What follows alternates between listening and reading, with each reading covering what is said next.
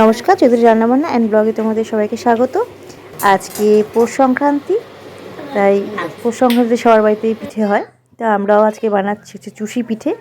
সকালে করেছিলাম চিতই পিঠে, মানে সাজু পিঠে, সাজে দিয়ে পিঠে করা হয় চিতই পিঠে।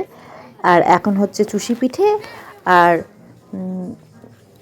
আর একটা এর সাথে চুষির সাথে একটা পিঠে করা হবে, তো সেটাই তোমাদের সাথে শেয়ার করতে এসেছি। তাহলে আমার সাথে থেকো, কেমন লাগছে আমাকে জানিও। এখন চালের গুঁড়োটা গরম জলে ভালো করে মেখে নেওয়া হচ্ছে। কড়াইতে বসিয়ে ভালো করে গরম জল দিয়ে এটাকে চালের গুঁড়োটাকে মোটামুটি সেদ্ধ করে নেওয়ার মতন, কিন্তু মাখতে হবে আটা যেরকম বা ময়দা যেরকম মাখা হয় সেরকমই মাখতে হবে। তাই শুকনো শুকনো বেশি জল দিলে হবে না, একদম অল্প পরিমাণে জল দিয়ে দিয়ে চালের গুঁড়োটাকে ভালো করে মেখে নিতে হবে। চালের গুঁড়োটা এই যে মোটামুটি আঠা আঠা হয়ে এসছে, আর এইভাবে একটুখানি ঠেসে মেখে নিতে হয়েছে। মাখা হয়ে গেছে। এখানে বানানো হচ্ছে চুষি। মা হাতে করে বানাচ্ছে আর আমি পিঁড়িতে বসে বসে ঘষে ঘষে বানানোর চেষ্টা করছি।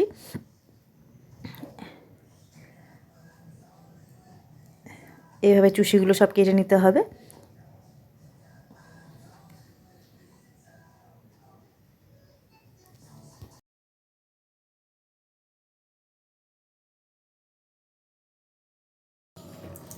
আমি এসে দুধটা জাল দিতে, আমি এখানে 3 প্যাকেট দুধ জাল দেবো, মানে 1.5 লিটার দুধ জাল দেবো।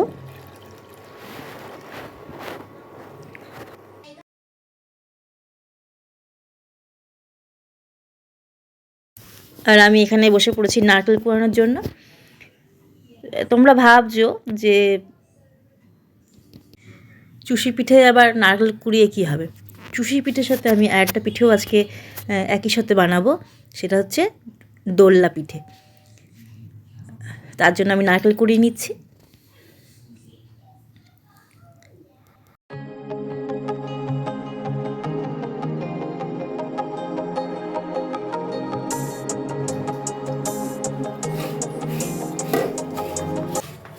এখানে নারকেল কুড়ানো হয়ে গেছে আমার, আর এদিকে দুধটাও জাল হয়ে গেছে, আর এখানে চুষি সব বানানো হয়ে গেছে। আর এখানে নারকেলের পুরের জন্য আমি এখানে গুড় আর নারকেল বসিয়ে দিয়েছি কড়াইতে।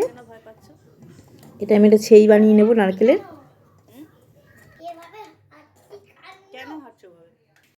আর এখানে দুধটা একটুখানি ঘন হয়ে গেছে, এবার আমি গুড়টা দিয়ে দিলাম। গুড়টা দুধের সাথে ভালো করে মিশে যাক, তার জন্য দিয়ে রাখলাম। আস্তে আস্তে করে দুধের সাথে মিশবে। আর আমি এদিকে নারকেলের ছেইটা তত করে তৈরি করে দেবো, তাই দুধটা নিভিয়ে রাখলাম।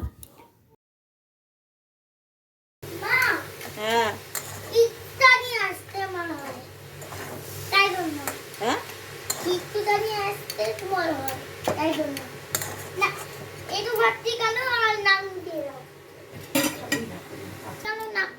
কিরকম হাঁটছ?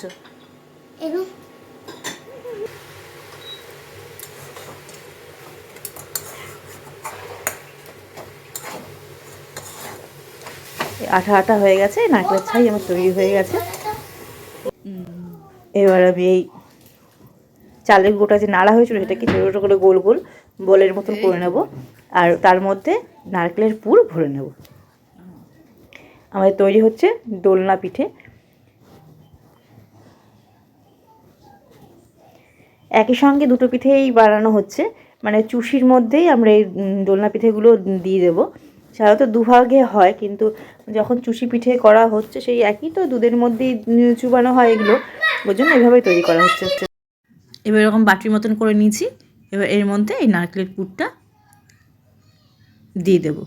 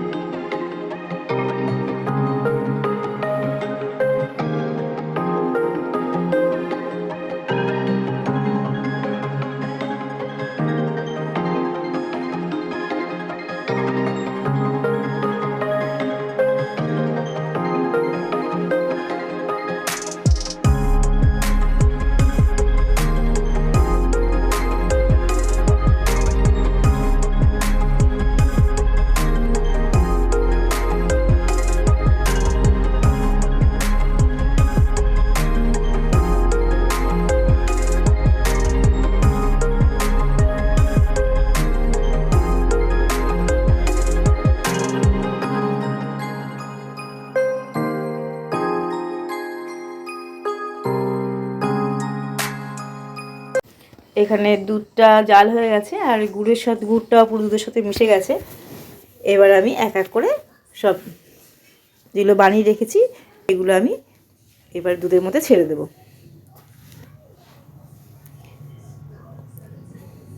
আঁচটা একটু বাড়িয়ে দিতে হবে, টকবক করে ফুটবে দুধটা, তার মধ্যে এই পিঠেগুলো ছেড়ে দিতে হবে।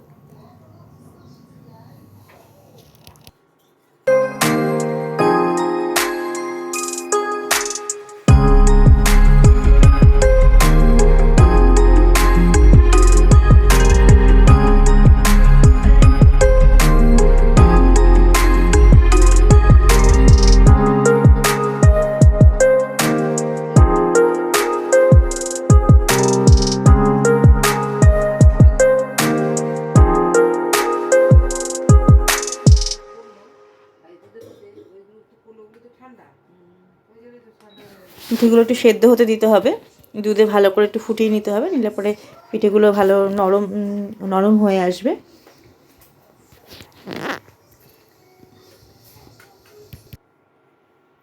এবার এখানে চুষি কেটে রেখেছিলাম, এই চুষিগুলো এক এক করে আমি দিয়ে দেব। চুষিগুলো আমি সব দিয়ে দিচ্ছি এর উপরেই।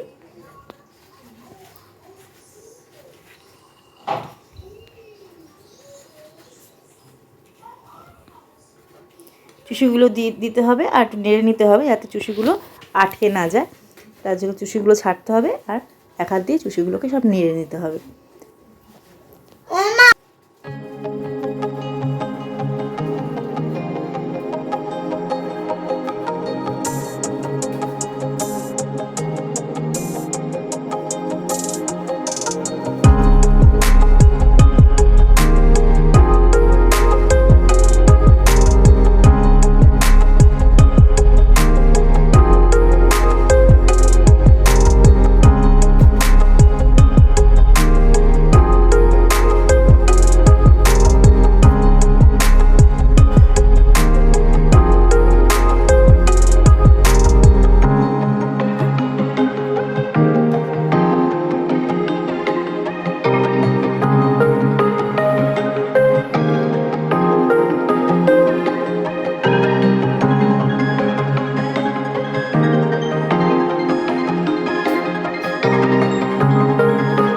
দেখে নিতে হবে পিঠেগুলো সেদ্ধ হয়ে গেছে কিনা।